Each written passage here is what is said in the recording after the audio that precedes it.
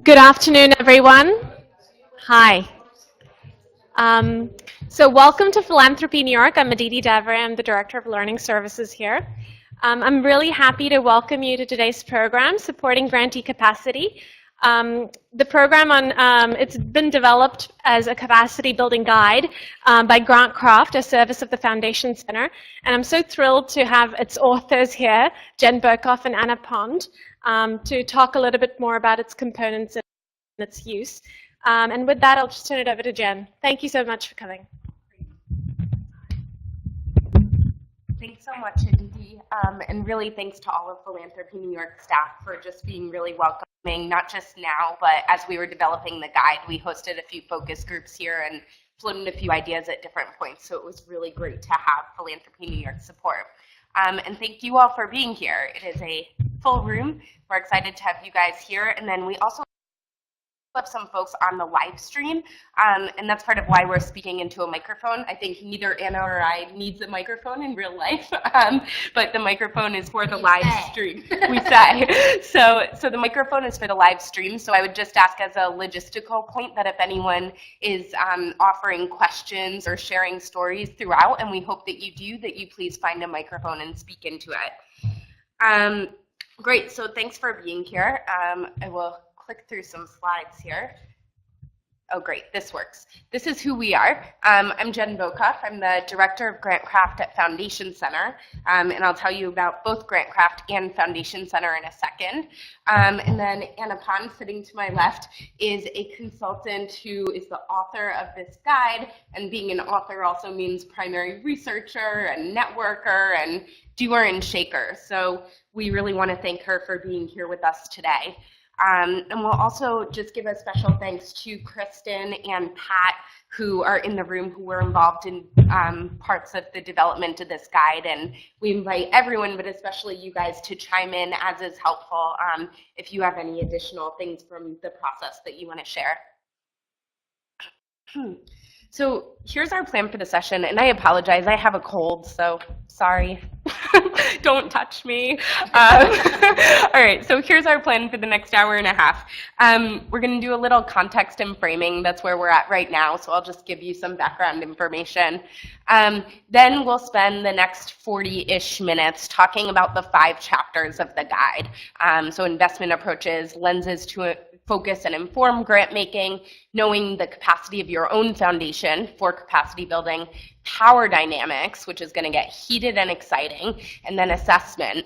And while those are the 5 chapters, I also just want to flag that there's other content in the guide that we won't be covering that's in a couple of insert sections. So I would just encourage you all to read the guide for those as well.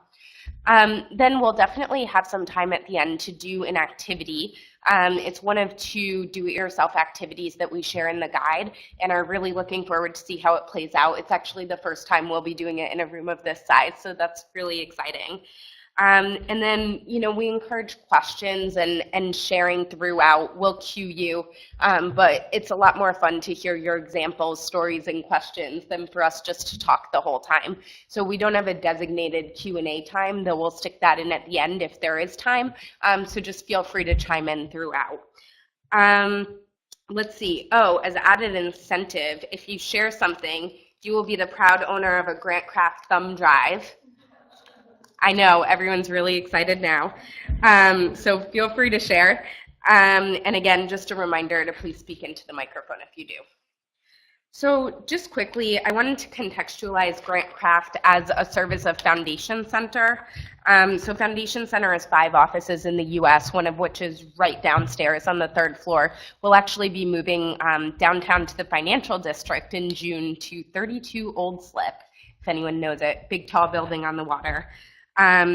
So we're right downstairs. Our mission is to strengthen the social sector by advancing knowledge and philanthropy in the United States and increasingly around the world. And most of our resources are available online as well as in our physical offices. So if you haven't actually visited our library downstairs, I really encourage you to go. It's on the 2nd floor. I check books out of there all the time just for fun. Don't know what that says about me and my weekends. Okay, so then what's Grantcraft, right? So we're a service of Foundation Center. Just by a quick show of hands, how many people are familiar with GrantCraft before coming in here today? More than half, but still new to a few people. Very cool. So GrantCraft really taps the practical wisdom of funders to try to develop resources that improve the practice of philanthropy. And as you all know, there's no rule book for philanthropy or being a good funder. So it's really a collection of stories and experiences that we help curate in a way that we hope is helpful to informing your practice. All of our resources are completely free, no red tape to accessing them. You don't even have to give us your name to download anything, though I ask that you do, because then you get our newsletter and we have some idea who's accessing content. But this is an example of what you can see when you go to our homepage. We have content in 13 different types because everyone learns differently. And as we'll talk about with respect to this guide, we used to just develop these guides, and I guess a challenge of guides is that they can get buried on bookshelves, even when there's really good content in it. So when I was a funder and a Philanthropy New York member before I was in this position, I didn't know about GrantCraft until it was too late. Specifically, I wish I read the guide on effective exits a year before I actually did. And the reason I didn't read it was because it was this book that sat under a pile on my desk. So one of my first things I did when I started here was to parse out different content into more bite-sized pieces. So you'll see that with all of our content going forward. The one other thing I'll flag about GrantCraft is that while we author a lot of the content, we also invite submissions from people. And increasingly, we're starting to see people who think of our platform as where they want to share about their work. So I invite you all to do that as well. And I will hang around after for anyone who's curious to learn more about GrantCraft or Foundation Center. So now we can switch gears to what we actually came here to talk about. So we developed this guide that launched just 2 weeks ago, and I would have brought you all print copies, but we don't have them yet. So in the vein of communicating more electronically and being more paperless, I invite you to go to grantcraft.org/supporting-capacity to download a copy. So what was in this suite of resources? First, there was the guide, and that was generously funded by Open Society Foundations, which is a Philanthropy New York member. So I know they're not here, but I just wanted to give them acknowledgement. But it's not just a guide. So we have more than 35 online-only case studies and podcasts, which are alluded to in the guide, but expanded on online. There's a resource library that's hosted on our Issue Lab platform, so you can see the little image for that on the left side. And our Issue Lab platform is basically a online library for the sector. And so this is our bookshelf on if you want to read about funding capacity, here's what you have to read. And you can search it through different categorizations that we set up. So I think there's a little over 100 resources from the field in there. We also created discussion questions because the idea is that guides and related resources start conversations, but certainly don't end them. So if you are looking for ways to talk about this with yourself as you're analyzing your own practice or with your colleagues, the discussion questions are a good place to start. We have some really fun illustrations, which we'll unveil throughout this presentation. And then we also did a survey that more than 250 people, both funders and nonprofit practitioners, weighed in on. And we shared the results of that survey online. They're not really in the guide explicitly, but we reference them, and you can go online and check them out. And then the bulk of the research really came from interviews with 25 funders and 5 focus groups. Again, Philanthropy New York was a really generous host of some of them. And a lit review, because there's actually a lot of stuff out there. So that's sort of what we're here to talk about, that body of research that we did that started last April and culminated in the launch last week. Do you have anything to add about Sure. like where it came from? Well, I mean, I would say so as an author, see, now I get to say all these things. Yeah. Jen's sitting here. She's like, what is she going to say? No, I think that, I mean, I've written a lot of reports for philanthropy. What was really challenging as a writer, but I think really useful for the field, is that GrantCraft takes this very, like, giving people tools, templates, examples. Because it's really good, I mean, it's really easy to generalize on these things, but this guide really has some, Jen really pushed me to dig deep and to come up with what are the really interesting examples that demonstrate how to do something from the field. So I think that you know, as Jen said, there's 35 examples of online case studies and podcasts. There's all these examples of things that you can pull from this. Even if you sit down and just read one chapter, it might be really interesting to pursue. Yeah, thanks, Anna. So we wanted to start just with like a big, you know, setting the playing field for what we're talking about. So on whole, when we said capacity building, everybody's first question was, well, what do you mean? Or I think it's this, and you think it's that, and therefore we can't have a conversation about it. So one of my pet peeves in philanthropy is that we get really caught up on jargon and, you know, what things mean to different people. But what we tried to highlight in the guide are really it's the relationship awareness. It's the approach to capacity building. So what I thought that I would do is read our definitional focus that we use in the guide so that we can all be on the same page, and then I'll ask you guys to weigh in too. So here's how we defined it in the guide. Capacity building is fundamentally about improving effectiveness, often at the organizational level. The term is sometimes used interchangeably with other terms like organizational development, institution building, and funding plus, and that's more in Europe. It's both a verb, so the action of building effectiveness, often by improving specific organizational capacities like infrastructure, operations, financial health, and programs, and a noun, so the results of increased attention to effectiveness. In this guide, we focus on both the action and what results when funders and grantees work together to build the capacity of grantee organizations. And as I mentioned, we have a very heavy relationship awareness focus in this guide. So how to intentionally build healthy funder-grantee relationships, which we view as the key to successful capacity building. So with that, I invite you to turn to a partner or two, however you turn best, and just share for a quick minute, what image or images come to mind when you think about capacity building? Just whatever comes to mind, and then we'll do a quick sharing. So I'll give you 1 minute. Great. So I have 4 USBs to give away for 4 people who want to share what you talked about. Yes, thank you. Please speak into the microphone, if you can. And say your name and your foundation, just so we can all be friends. Hello. My name is Alex Breshko. I'm from UGA Federation. The image that I usually get is of a COO or a CFO sitting in a room, kind of buried in neat papers. But one image that I just learned from Jennifer is that of a table that's standing on 4 legs that needs kind of support from all of the legs to keep up and to maintain, I guess, the giant organization that's on top. Full credit to Jennifer. Great. So a table with legs. That's awesome. Who else wants to share? Yeah.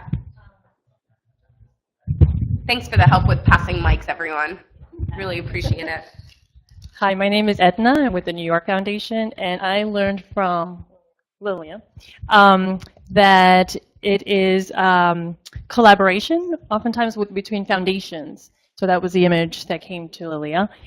For me, similarly, in that there's a conversation, there's a constant conversation, either one-on-one or within a group setting, but there's an exchange that's taking place. There's an openness of receiving and giving, right? Because you're receiving information, but you're also sharing your experience with whatever organizational development issue you're working on.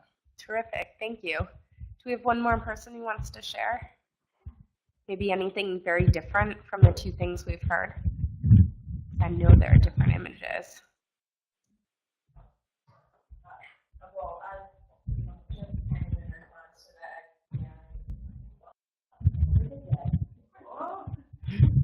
My name is Tiffany Tan from the Andrew W. Mellon Foundation, and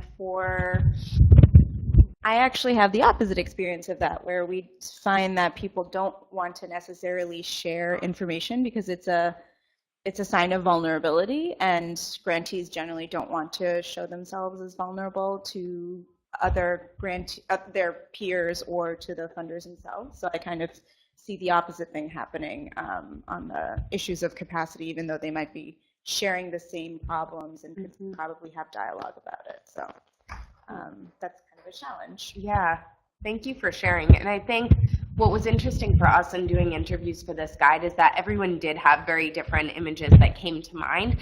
So what we tried to highlight were some of the common themes, but also showing some different manifestations of how those themes work in small versus large foundations, community versus international in scope, et cetera. And so this is our first illustration that we'll share that actually highlights a couple of the big images. We asked everyone this question during the research phase. So a couple things we heard over and over were tool belts. So what are the tools that people need to sort of DIY? A water dropping and the ripple effect. So how can you have one pointed intervention that then sort of goes beyond that? People with multiple hands, so literally increasing like abilities. Legos, so the building blocks sort of thing. Stretching an elastic band, and a tree that grows in a very weird G shape. You know, that was the one. A G is really hard, guys. I just want to, from a design point of view, it's really difficult. All right. So with that, we figured if nothing else, people would get a laugh out of it, trying to figure what it is. So with that, we're going to dive into our first chapter, which is exploring investment approaches.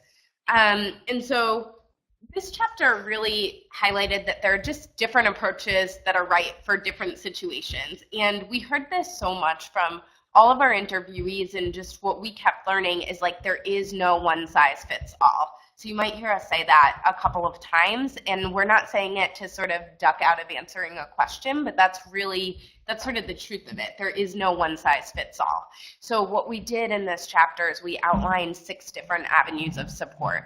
So nonprofit capacity building grants and awards, so that's sort of your straightforward making a capacity building grant. General operating support, which we can debate in a little bit. But we certainly included it here as a means to capacity building. Grants and contracts with technical assistance providers and intermediaries. Peer learning networks, and this is one that I'll just highlight, and Anna's going to talk about it more in a little bit, but it's one that we didn't initially brainstorm to put in this framework, but we heard it from so many people that it really does deserve to be here. Collaborations among funders, and then also other capacity building instruments, so like matching grants, in-kind support, etc. So those were sort of the big frameworks. Anna, do you want to talk more specifically about peer learning networks to start? Sure. So I would say when you look at the guide, each of these sections has some of the themes that we found from the interviews and the lit review and some of the research and surveys. In addition to the fact that that's where the examples come. So, for example, under peer learning networks, that section. So I just want to step back for 1 second to say I do, as consulting, I do organizational development with nonprofits, foundations, and academic institutions. And so, but for this guide, I really. My job wasn't to say what I think. My job was to aggregate what we're hearing from the field, and that's very much what's in the guide. Mm-hmm. So what was a great surprise, even though it was almost like a duh moment as a writer, of course this came up, was that a lot of people were talking about peer learning networks with grantees. It came up in a number of ways.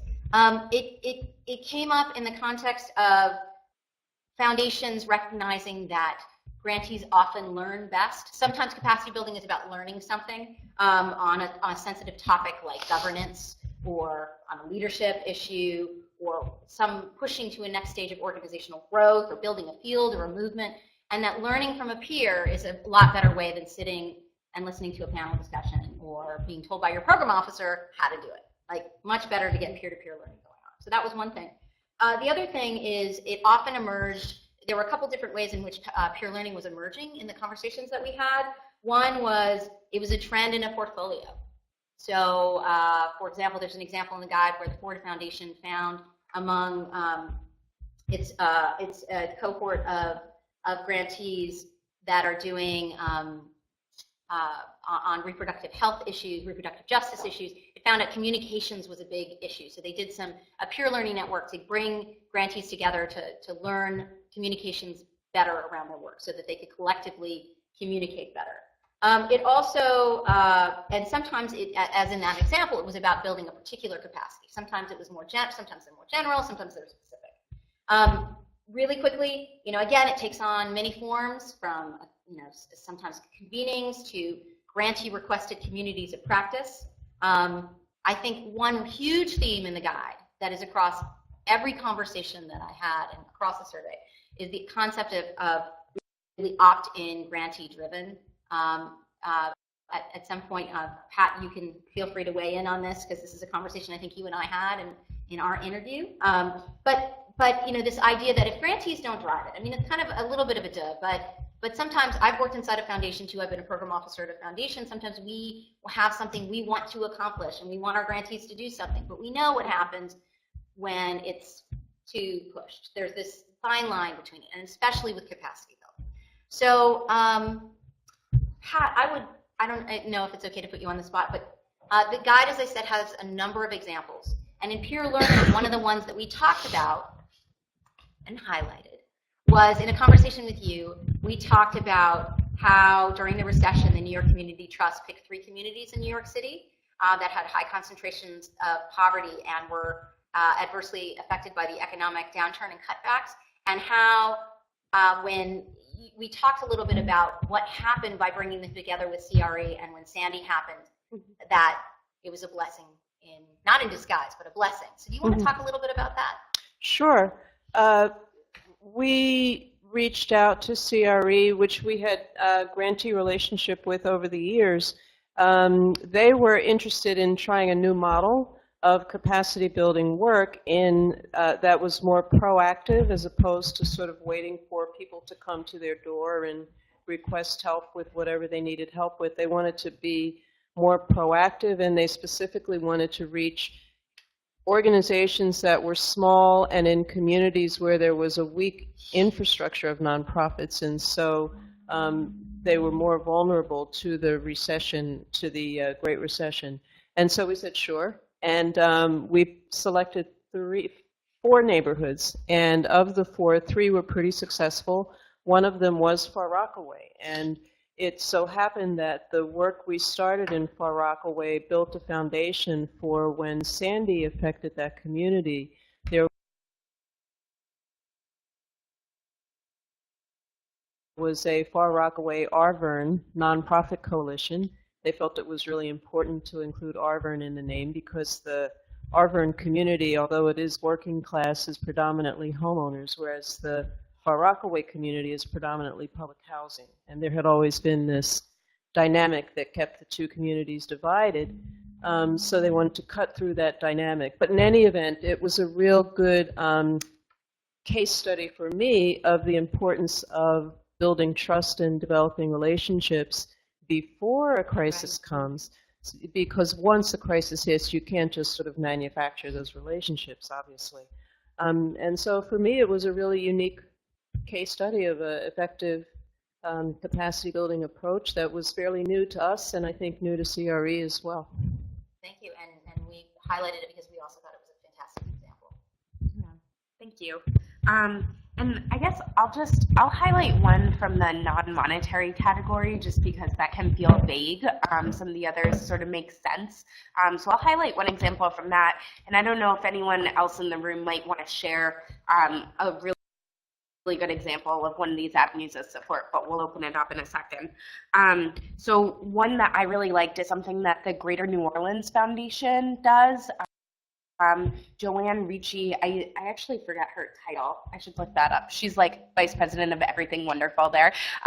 So she is a certified coach, and basically started these drop-in Fridays where any leader from one of the nonprofit organizations in the community could stop in for just some coaching. And what I really liked about, and she said she was booked for months and months and months. And what I really like about that, and we'll get into talking about self-awareness and roles in a little bit, but what I think struck me about that is that it's very specifically pulled out in a coaching conversation rather than her trying to coach in just a regular meeting where that might be a challenging power dynamic. And she's building on a skill set that she does have. to really improve the capacity and leadership development of people in the community. So I thought that that was a good way to put her own skill set to the test, but not do it in a way where it would compromise relationships through power dynamics, like in a funding meeting. So I wanted to share that one. Before we sort of share some action steps that you can all take, which we'll do for each of the topics that we talk about, I wanted to just see if anyone wanted to highlight like a really great example that you know about for one of the other avenues of support that we haven't talked about. And we have plenty to cover, so it's fine if you don't.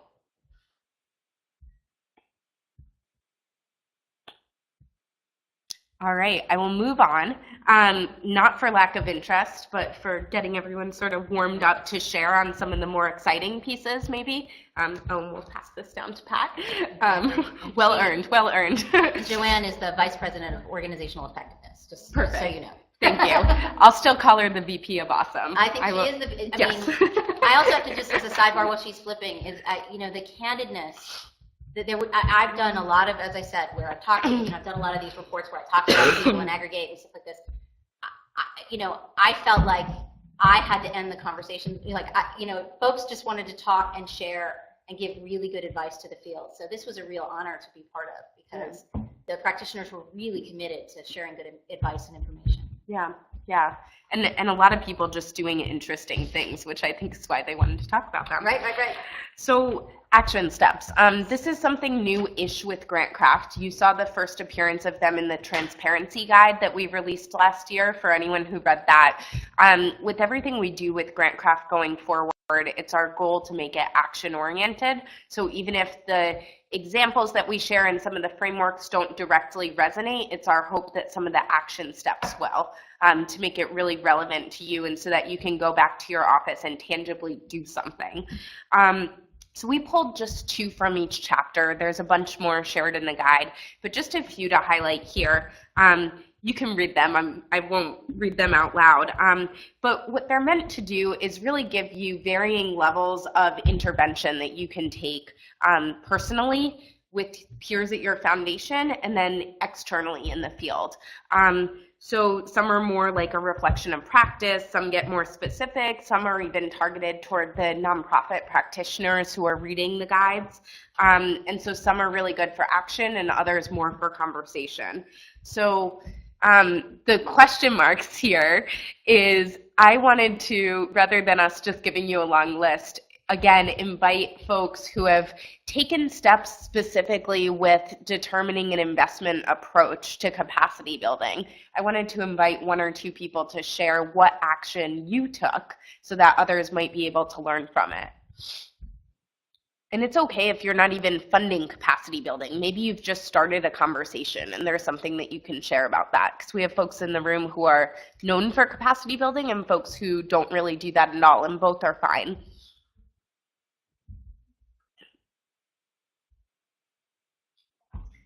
I think there's 2 over there. Great. Hi, I'm Rachel Young with the Mertz Gilmore Foundation, and I just was at a conference last summer and I met somebody from a foundation outside of New York City, and that foundation had just done a lot of work to kind of revamp and relaunch their capacity building program, and so I just followed up with her one-on-one to just learn more about the process that they went through and why they ended up doing what they did with capacity building, because it seems like just a really thoughtful approach to it. So just one-on-one follow-up with colleagues in the field who are doing good, interesting work. I love it. Yeah, we don't pick each other's brains enough at all. You're all fortunate to be members of Philanthropy New York, but even here, like, we have presenters and we have attendees and we don't always have the dialogue that we should have. So that's a really great example. Thanks for sharing that. So picking brains of my colleagues is something that I'm trying to do more of, and I was just sharing with Sophie an example recently. I know next to nothing about the healthcare field, policy and services, and all I know is that my colleague Irfan Hassan tells me that there's a lot going on. There's just a lot of things turning this field upside down, and connected to Medicaid reform and healthcare reform, the Affordable Care Act, etc.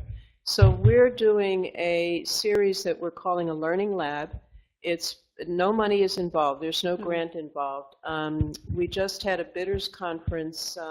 We put out an RFP to solicit organizations, grantees of ours, but also non-grantees, who are interested in a series of 4 or 5 sessions that are being conducted by consultants that we're retaining to help organizations that are in that space get better at understanding how they can take control of all of these changes as opposed to being washed ashore, sort of tossed to and fro.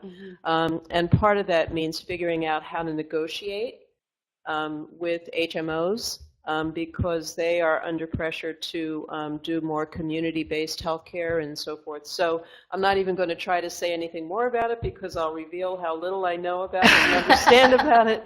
But it is an example of capacity building that has nothing to do with money. It's very much driven by the grantees. We actually designed the sessions in partnership with 3 umbrella organizations that work in that space. And it's all about sharing information and creating the space for these organizations to learn from people who have some expertise as well as from each other. Woo. We could unpack that example all day because there is so much there. But a few action steps even that I heard just for folks who are scribbling down actions, because there was a lot there. One is to work with other organizations that care about things that you care about to design something.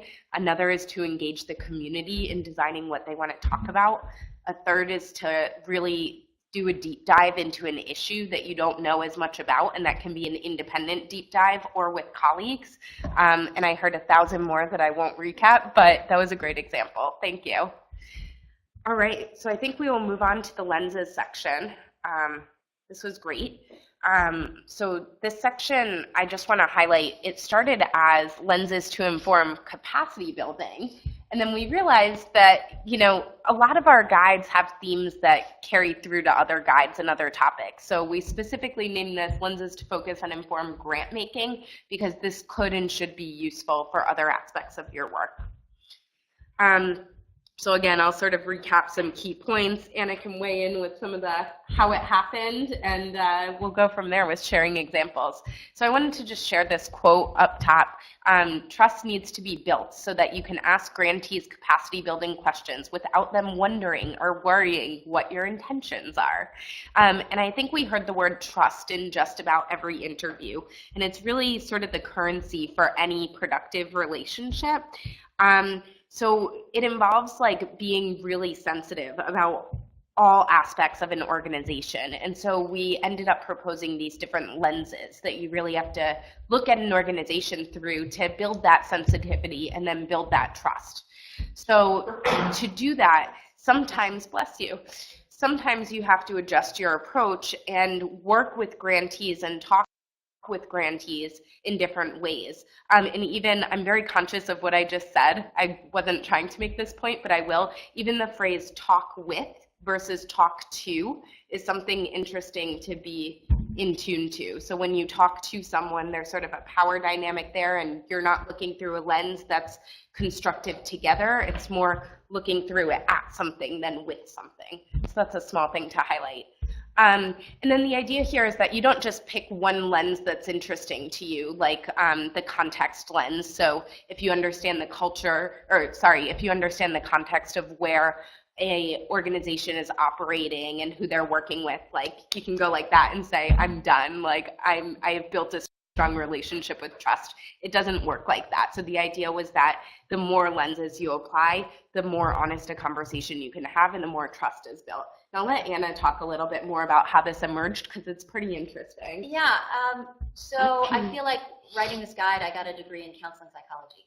So, so much of what people talk to me about in interviews and in the surveys was about relationships and healthy relationships and how to cultivate and continue those with grantees. And so, and I love the visuals. I mean, I'm a visual learner, but I can't draw to save my life. But I love the way that Grantcraft and Jen is, a fantastic editor and thinker visually. And this idea of the charts, it's kind of like none of these examples stands alone. You know, there's a lot of overlap, obviously, with them. None are independent.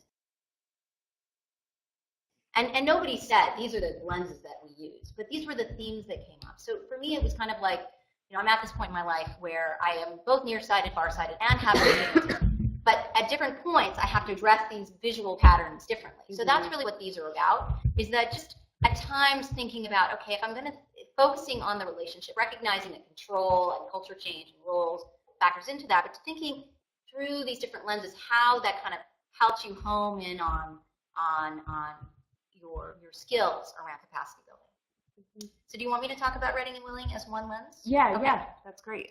So these are the lenses. You can read them: relationship, ready and willing, context, culture change, control, roles and goals. So I'm just going to talk a little bit about the ready and willing lens.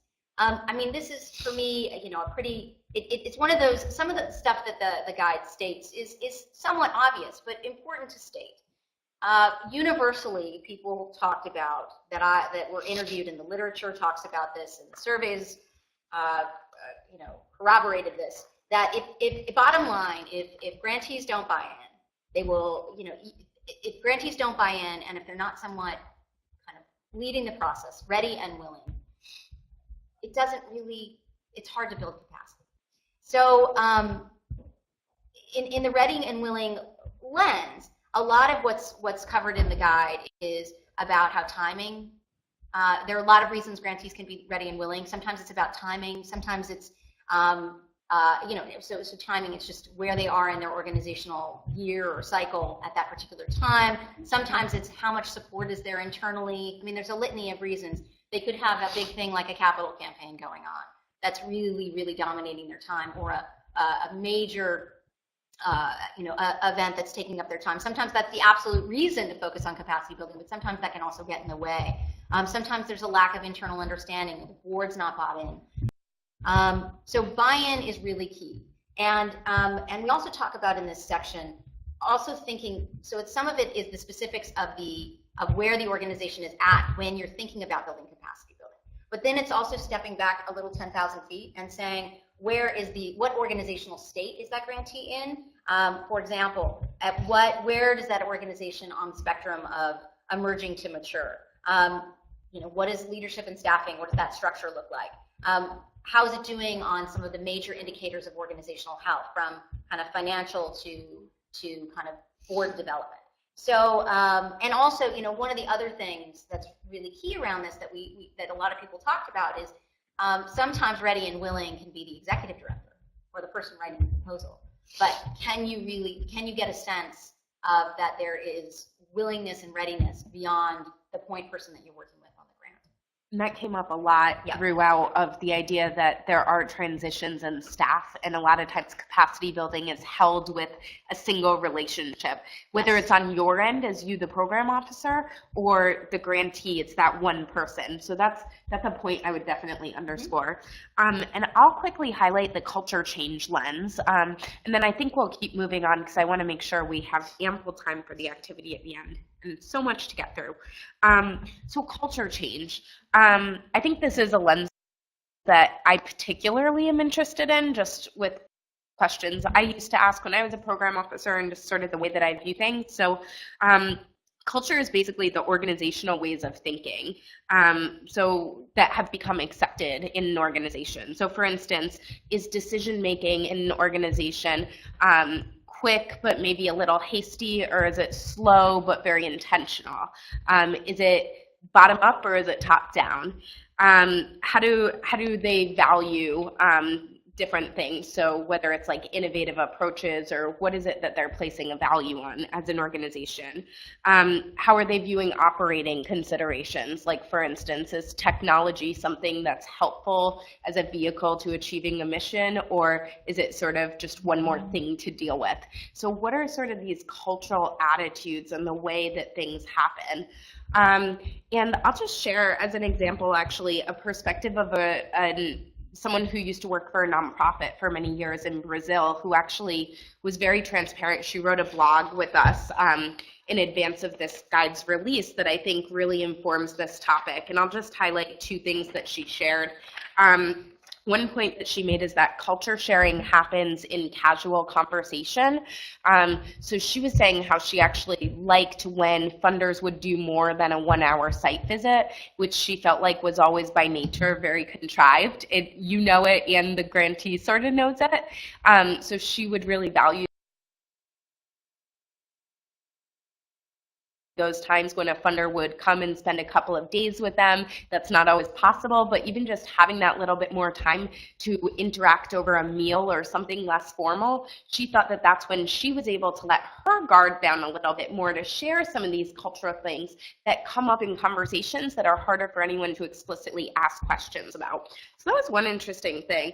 And then I was just going to read this quote from another part of her blog. This was her notion that, she really hopes funders can be open to new ideas as a way to understand culture change. So she said, to be effective in a liquid world, organizations have to deal with an overload of information, multiple agendas, and changing roles of individuals organizing around protests and other movements.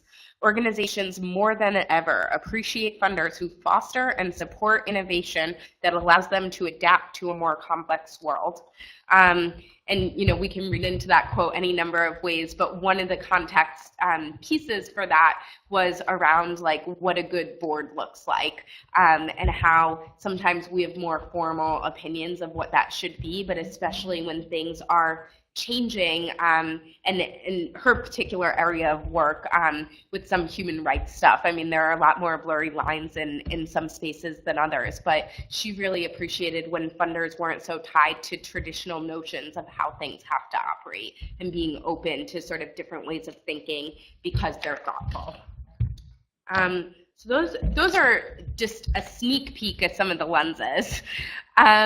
And then here's some action steps that we shared, and I want to just highlight the second one, which says, so one of these is focused very externally with your application processes, and how that's sort of the first place where grantees see, or nonprofit organizations see you. So is that setting the right tone for good relationship building? And then the second one is focused more internally, where we suggest using our roles at work tool to start a conversation about roles in capacity building. And I have 2 of those decks here. I'm just going to pass them around so that you can flip through. We have it totally free in an online electronic version, but if you want copies of these, you can order them somewhere on the website or just email me and I'll help coordinate that. So I just wanted to jump in for one second. Another thing the guide offers that we're not really talking about is there are discussion questions also in the guide that we're tough to write, but I think, again, in the spirit of reflection, each of these sections has discussion questions in addition to action items. And they're great ways to kind of think about an individual experience with a grantee. So, for example, in this section, some of the discussion questions are, how do I know if a grantee is willing and able to focus on the grant scope we are negotiating? How do I know that? Am I clear on what institutional culture change needs to happen to make my grant-making investment successful? So I just put these to you because, again, I think there's a lot of useful, provocative questions in the guide. Yeah, thanks for that. And I think that the questions are not meant to have a quick answer where you write it in and say next and sort of fill it out. Absolutely. They're really meant to be guidance for your strategic planning, for your overall thinking, fodder for staff meetings. Like these are meant to really spark longer conversations because none of this has easy answers. And I think as I shared in the beginning, this is really just meant to be a holistic overview, but we could spend hours debating any one of these things. I'm sure you don't want to do that with us on an afternoon. All right, so let's move on to knowing your own capacity. Actually, sorry, I didn't ask for any action steps from people that you might want to share. A couple ways that you look at funding relationships, approach conversations with grantees that have helped you discover something. One over here, cool. Good afternoon. I'm Vic Valentine, Senior Manager Capacity Building with United Way, New York City. We've moved to more of a collective impact approach from a lens standpoint with an eye towards sustainability. That's kind of the lens. I guess it's pretty similar to, I believe it was roles and goals. So getting people and organizations rallying around specific goals and outcomes. And because, I mean, for those who are familiar with collective impact, we're kind of taking the role of a backbone organization with the ultimate goal of being able to set something up in the community, having the community itself own it, and then backing away from it. So that makes it truly sustainable because it is of the community, by the community. I don't want to sound like the Constitution, but that's kind of where we now have kind of changed our approach to our relationship building, because we're going in and sure, we might be still doing things like assessments and getting an understanding of what the ability of an organization is before we provide support, but it's always providing support with the goal of we're here to build you up so ultimately you can run with it. So that's kind of the example. That's great. Thank you so much for sharing, and I'm going to tap you to write a guest blog post soon. Be careful what you share.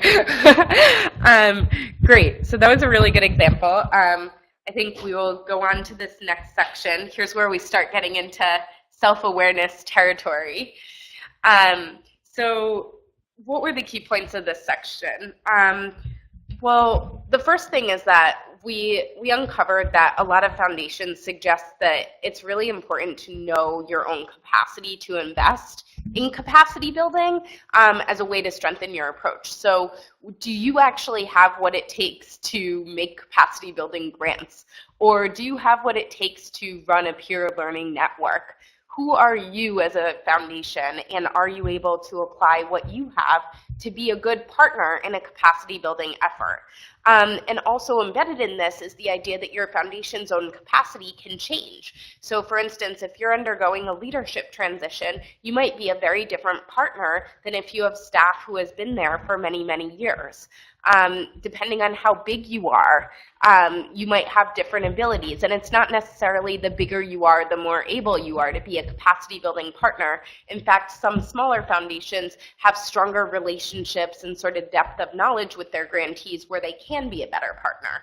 So there's no, again, like rule of who's a good capacity building partner and who's not, but it's the idea of stepping back to assess your own ability. And embedded in that is like just the simple question of, do your grantees think of you as a capacity building funder? Like, what are you known as in the field? When people apply to you, are they applying because they think you're going to fund capacity? Or is no one applying to you for capacity building grants because you're not projecting that message? So you sort of have the backstage, like what's going on with you, and then the front stage, what are you presenting to people? And then this is one of my favorite graphics, I think. I won't ask what your favorite is yet because you haven't seen them all. But I think there's this big point that self-awareness, both of yourself and your foundation, is key. So really thinking about like what roles you can and should play, what roles you try to play but maybe shouldn't play, and just sort of having this understanding of who you are and what you should and shouldn't do in your capacity as a funder. So the way that this chapter, the way that we structured it, we didn't cite as many specific examples here. It was sort of more a thematic grouping. So we started dividing it into 5 main questions. And those questions to ask yourself are around history, purpose, voices, knowledge, and action, which are all fun words unto themselves and unlock very challenging conversations. So we were just going to highlight some of the big things with each of those questions, and I'll let Anna start us off with that. I'll start off with history. So great. Again, you know, this was sage advice from colleagues in the field, as well as there was a focus group of nonprofits, and their voice weighed in a couple places here, in a number of places across the guide, particularly in this section. So the first piece of this section is designed around the question, or is organized around the question, what is your foundation's history of grantee capacity building? And again, when folks shared this with me, I think the advice was, you know, don't think it's, Rick Moyer said, he's with the Meyer Foundation, he's the Vice President of Programs and Communications there, and he said, remember, capacity building doesn't usually spring from nowhere. So even if you think, oh, we've never done capacity building before, thinking about, okay, where is it coming from? And even if you didn't do it explicitly, was it implicitly part of a number of grants that you made? So So, Rick, when I talked to him, he talked about even before they established their formal management assistance program, which is a primary avenue of capacity building at the Meyer Foundation, there was years of making grants to organizations that were supporting organizational planning, fundraising, things like that. So really kind of digging a little bit into that history can be really useful. Also thinking about, so looking back and taking stock of the ways your foundation has supported capacity building. I think also thinking about what, again, in this section, there's a nod to what individual experience historically do we bring to capacity building, and as Jen said, what's the history of how people see you? Do they see you as a capacity building funder? Do grantees know that capacity building support exists? How do you communicate around your capacity building support or not? So important things to think about as you lay the groundwork for your future strategy. Yep. So I'll go into the purpose section, and I think Vic's great comment actually leads right into this perfectly. So there are sort of two different approaches you might take to figuring out like what's your foundation's purpose in capacity building. So one is really like the notion of strengthening the effectiveness of an organization. So that's something very specific tied to one organization or more in a portfolio, but it's the idea that you will measure your success and your goal for that capacity building effort on if that singular organization becomes more effective. Sort of the other way to look at purpose is from more of a field building perspective. So are you doing capacity building to strengthen a field, a movement, or a system? And that might be where you build the capacity of organizations that you see as big players in sort of a field-wide movement to, for instance, eliminate poverty. Or are you funding something that's maybe just improving that movement through the vehicle of an organization, but that's not really your end goal? And a lot of funders, I would say, well, we care about both. It really is about both, and that's fine, but maybe not as helpful. It's not as helpful because it doesn't help you focus your investment as strategically, and it doesn't help you evaluate that investment as strategically. So both will likely happen.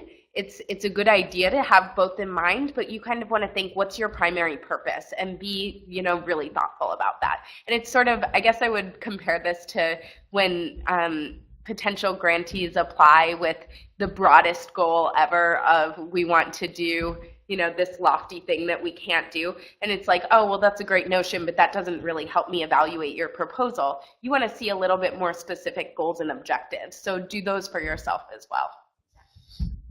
I'm just pausing for a second to make sure. Okay, everybody's cool. Okay, so a third aspect around looking at your own capacity is around thinking about who are the dominant voices, either the champions or non-believers in your foundation. So this was great. This was an interesting kind of thread of conversation that came through, and also advice that came through, which is saying some foundations, the staff, the CEO is totally on board with capacity building. Other foundations, you might be a lone voice within your foundation focused on capacity building. Some foundations, the staff totally on board with it. Other foundations, the board totally doesn't either get it or isn't interested in it. Sometimes the CEO is totally driving it. So thinking about who are the voices of resonance and dissonance in this conversation can help you strategize about what's the right approach for your foundation around capacity building.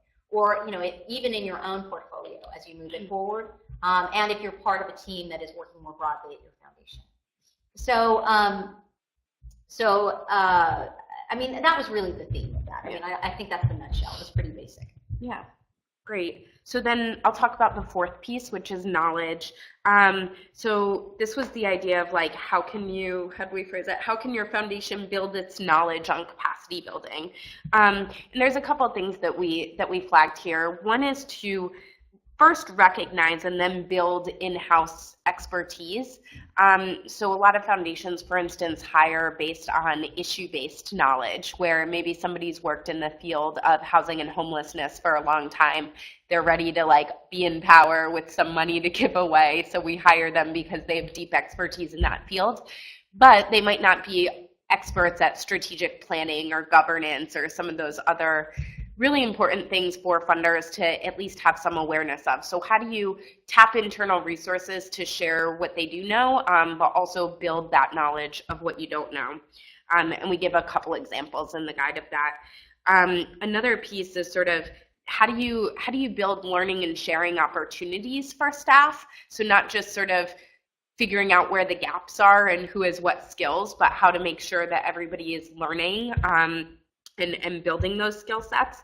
And then with that is sort of how do you get staff on the same page? So one example that came up in one of our focus groups was the idea that some staff had different ideas of what a good, sound, balanced budget looks like. And where, depending on who you talk to at a foundation, you might get very different answers for if that organization is healthy financially. And especially at large foundations, that's bound to happen. I mean, we have 200 people working at Foundation Center, and I don't think any of us have the same opinion on anything, which is both a blessing and a challenge. So I think in any especially large work setting, that's a bigger thing to make sure everyone's on the same page. So the last segment of this section is the question that we organized around is how should your foundation take action in setting parameters on its engagement? So again, in the spirit of relationship building, roles and boundaries was a big theme that came up in a lot of the discussions that we had and also across the literature. And it seems obvious, but I mean, I remember my time sitting in a foundation seat and feeling like I could play it all. I could be it all. I could be a coach. I could be a broker. I could be an analyst. I could be a grant maker. And the reality is you can't always do it all. And so having a consciousness about, especially, and then if you do it for one grantee and you don't do it for another and they talk to each other, I mean, you get into this whole thing. So being really conscious of roles that you can realistically play and what's appropriate to play with grantees around capacity building is something that came up a lot. And then especially from the grantees, one of the things that came up that we thought was really important was the boundaries of how do you communicate with grantees if there are boundaries around your capacity building grants. For example, do you make annual grants? So are they just annual? Are there required rests between grants? Is there those issues of boundaries was so important. And thinking about how you respond. I mean, not that you'll know the answer to this, but in a lot of situations when you set up, you know what happens when you give a planning grant, right, around strategic planning or something like this. So when they come back and say, we found in our strategic planning process all these things, and now we need money to do them. So thinking about that in advance was one of the suggestions here is how are you ready to have that conversation? So that it's not a, oh no thought, but it's more of a, you've been thinking about that in advance. Yep. Great. So here are some action steps that we wanted to share. I'll sort of leave it up there for a second for folks to read it, but the first one is around like that point that I made about how can you have a broad common understanding within a foundation on a topic. And then the next one is really about communicating better externally. So how can you position your foundation's stance on different topics, like the grant term restrictions and the interactions? How can you really make sure that those are communicating what you want to communicate and eliminate any ambiguity? Because I think a lot of miscommunication and the breaking of trust comes from not being transparent, and this is a really easy way to be transparent. And I'll just see, does anyone else have an action step that they want to share in the vein of sort of funder self-awareness and knowing your own capacity, something that maybe you did to look within as a foundation?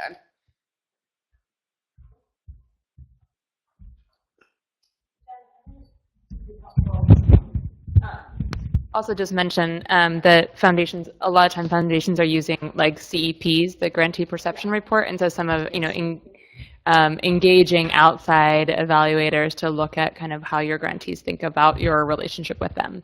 And I actually don't know whether or not the CEP also does the employee kind of perception report, and I don't know whether or not that looks at kind of skills and competencies of your staff as well, if it's more around kind of your internal management, HR, that kind of stuff.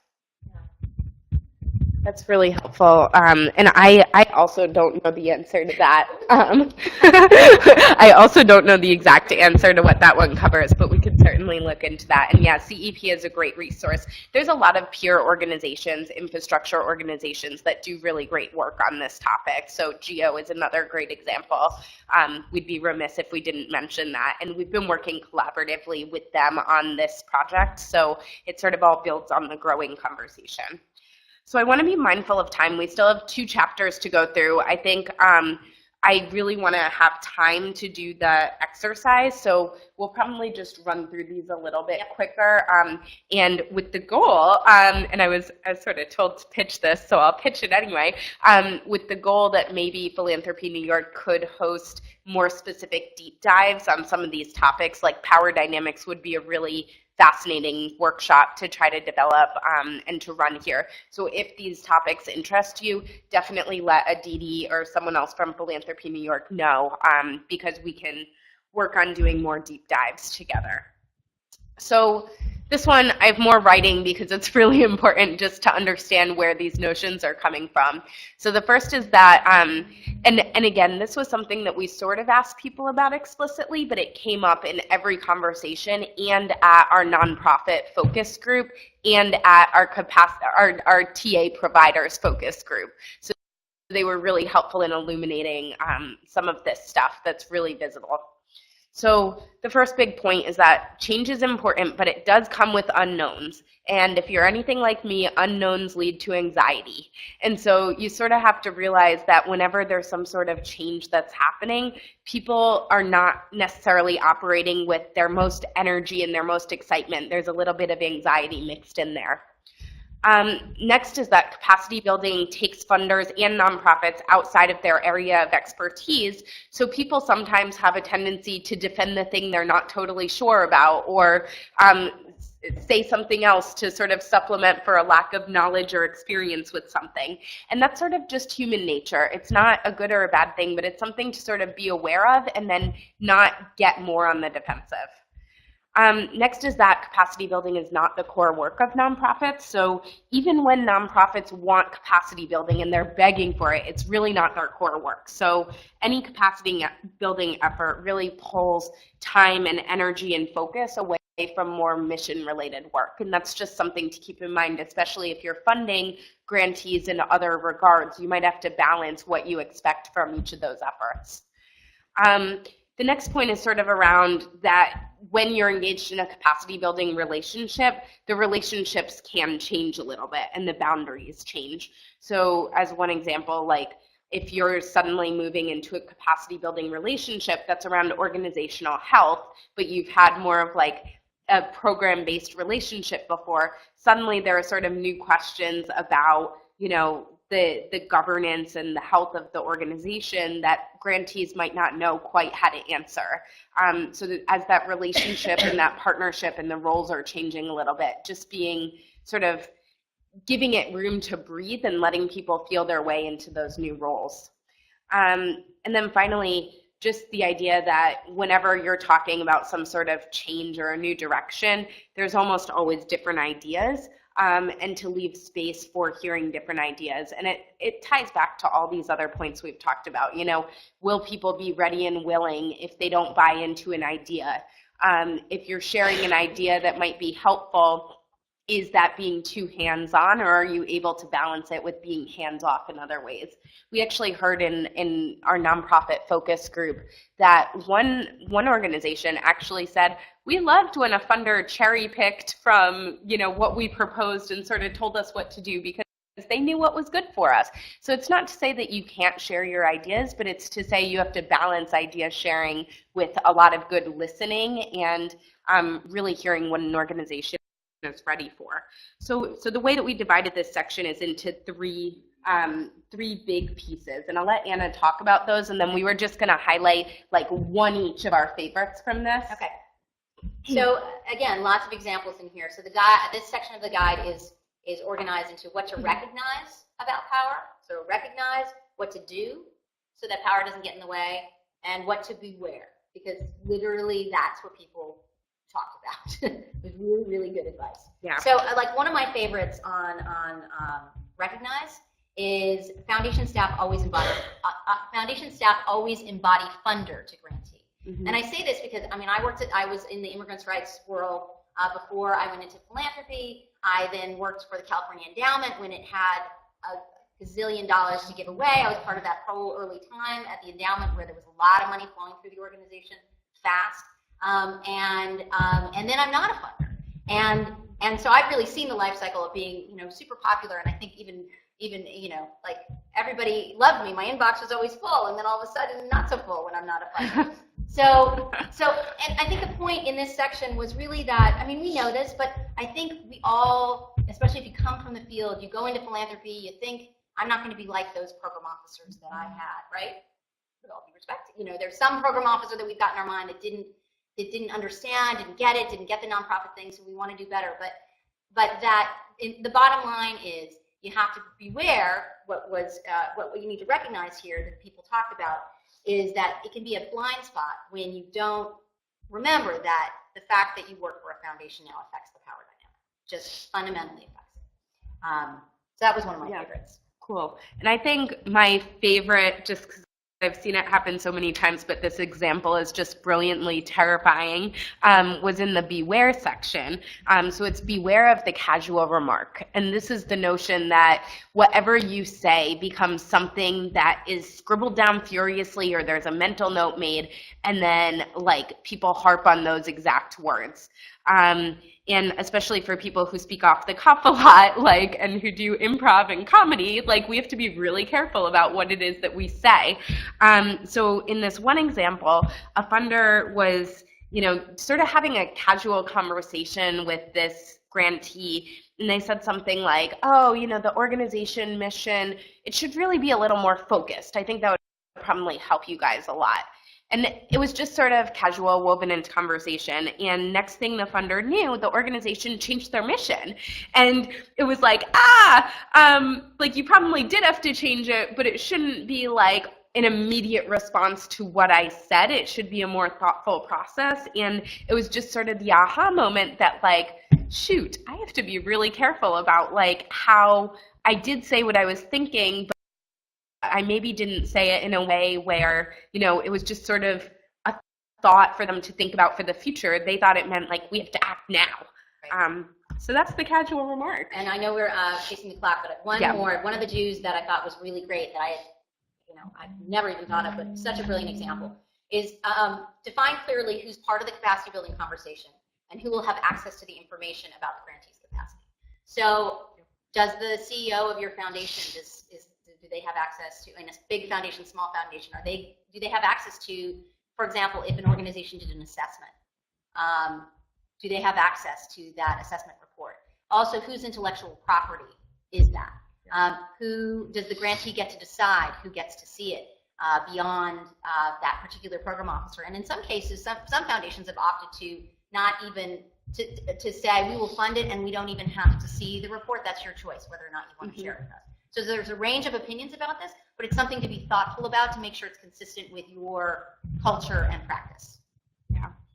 Thanks for adding that.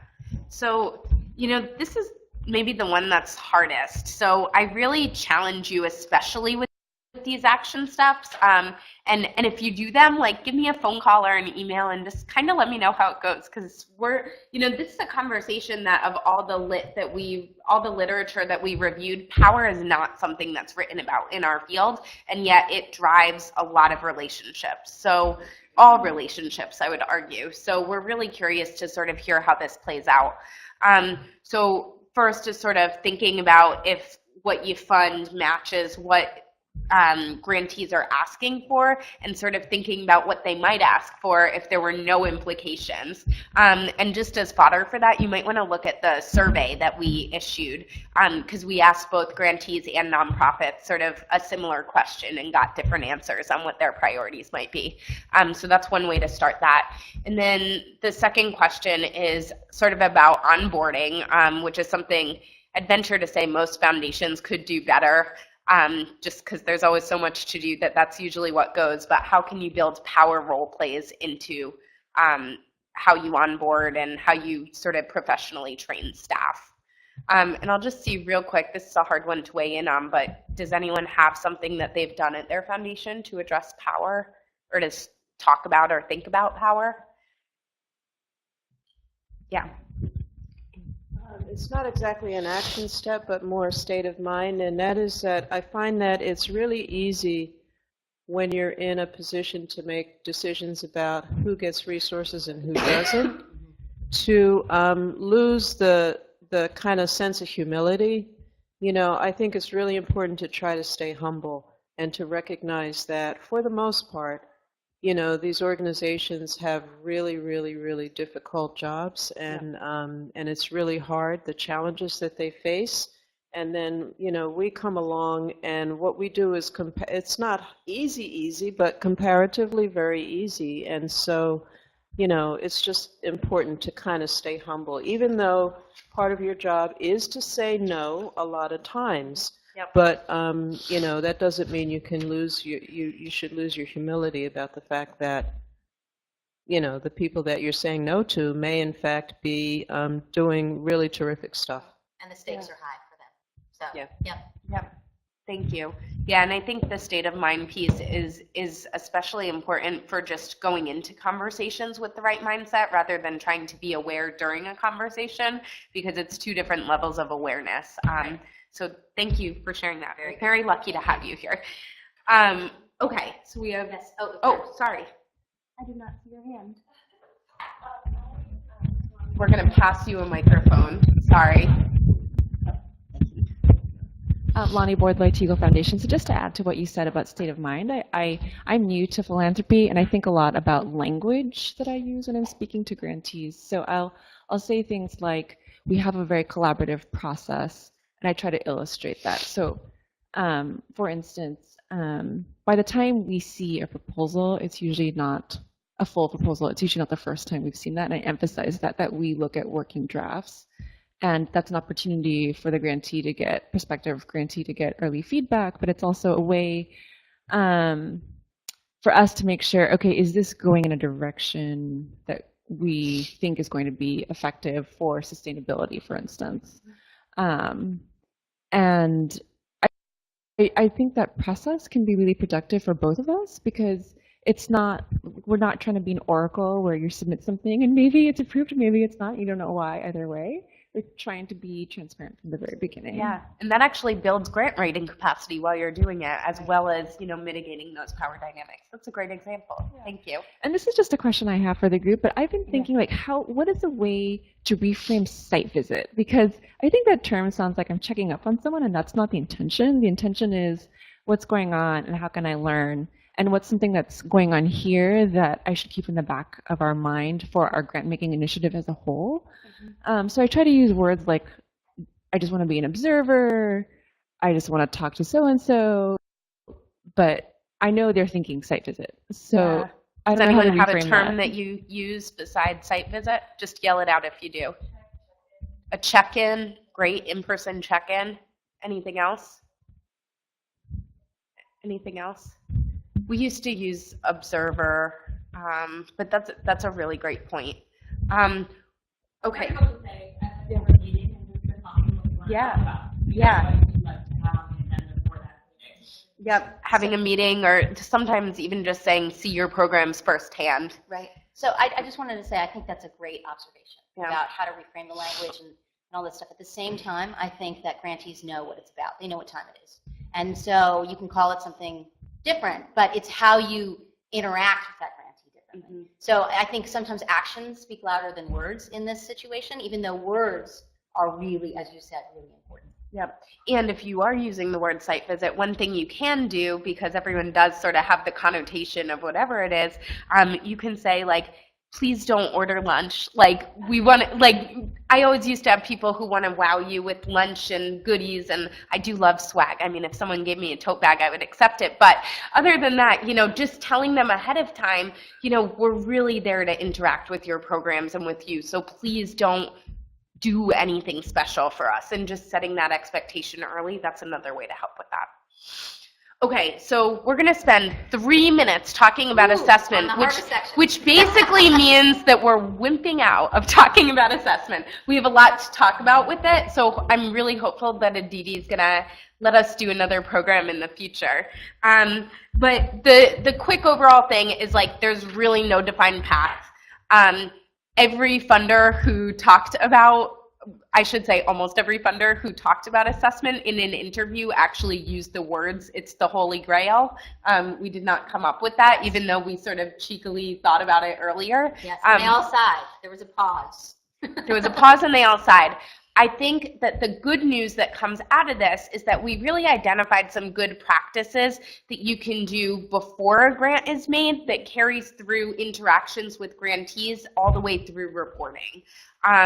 And so there is not a roadmap. There is no one right way to assess capacity building, but there are great tools out there for assessing specific capacities, and there are ways that you can piece together aspects of it to do a smart assessment. So I will let Anna just give us like her 30 seconds on whatever she wants to give us 30 seconds on. Okay, so what I would say is this is a great section too. If you read no other section in the guide, this is a great section. I agree. We'll not plan timing better. There's a lot of really great advice that was given in here. One of the big themes that came up was around using grant application and reporting processes to assess capacity building investments. That was the number one. When I asked, how do you assess it? Well, we do it through our grant application and reporting processes. So there was a lot of really great advice about the pros and cons to that and what to think about in the guide. I'll leave that as a teaser for you to read it. I think also the fact that engaging grantees in the process of evaluation from the beginning, from before, and from the time the grant is given, is something that came up a lot. And then there's also some really great examples in the guide about how funders are getting creative on assessment. For example, at the Packard Foundation, the teaser is they've quantified capacity building grants using an algorithm that examines the grant objectives, results, and lessons learned. Also, some foundations saying, remember, the balance sheet is a great assessment tool. We forget that we've got these tools already. So I'll stop. That was an excellent recap. Anna is very good at this sort of thing. Thank you for sharing that. For this, the 2 action steps we wanted to share are actually more things to read. It's not to have you necessarily read another grant craft guide, but we did talk a bit about assessment related things in our transparency guide that we released last year. And then there's this amazing report from Project Streamline called Drowning in Paperwork, Distracted from Purpose. I don't know if anyone's going to the Grants Manager Network conference next week. I will be there. But that was sort of born out of GMN stuff, and they will probably have some stuff on that there. I'm not going to ask for your question mark things, but we will stick around after if you want to talk assessment for a little bit. But what I want to do for 5 minutes is like do a bit of a DIY, putting it all together. We have 4 very natural groups here, this cluster, that cluster, and this cluster. Beautiful.